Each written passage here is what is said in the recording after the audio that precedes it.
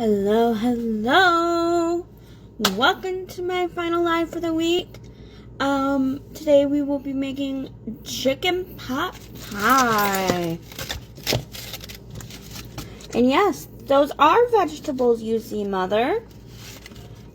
Put that down. Wipe my hands.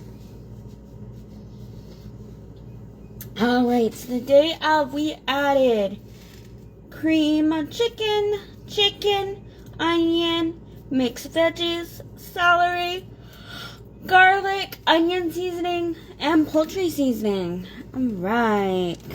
Come on. Thank you.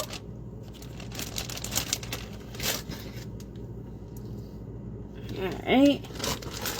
Dump that in. Alright.